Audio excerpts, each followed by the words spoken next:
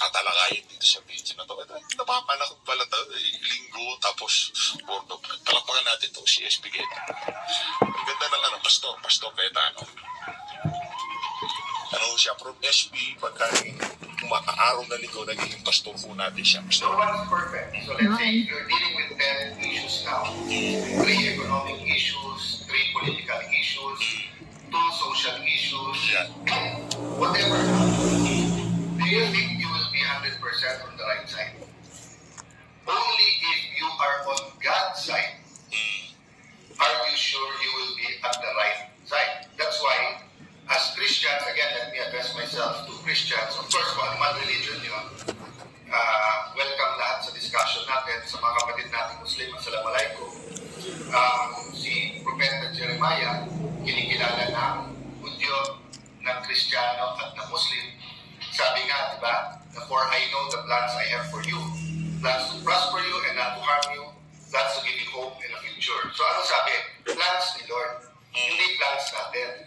So kung plan to sana maging doktor, researcher, at aking ambisyon ma-discover yung cure sa cancer. For example, dahil let's say may malapit sa akin na cancer ang naging dahilan kung ba't siya nakuha sa mundong ito.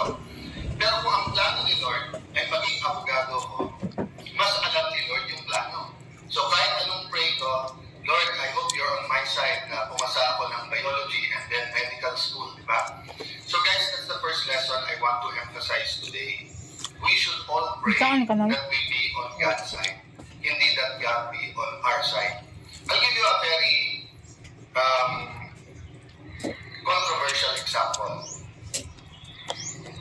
Controversial not because it's an example, but because there's 2 sides to the coin. For example,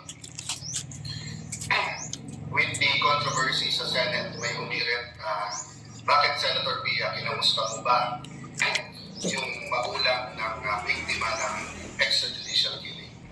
And then may nagtatanong sa akin, how can I talk about the right to life in the United Nations when I was Secretary of Foreign Affairs? Because there are 2 views. One view is that drug addiction, ang pagkalat ng narcotics o bawal ng gamot, led to rape of 2, 3, 4 years old. Led to families having a crisis dahil sariling anak ninanakawan ang nanay o tatay. It led to murder, it led to massacres. I'm talking about shabu. May mga ibang drugs that less ang tama sa utak.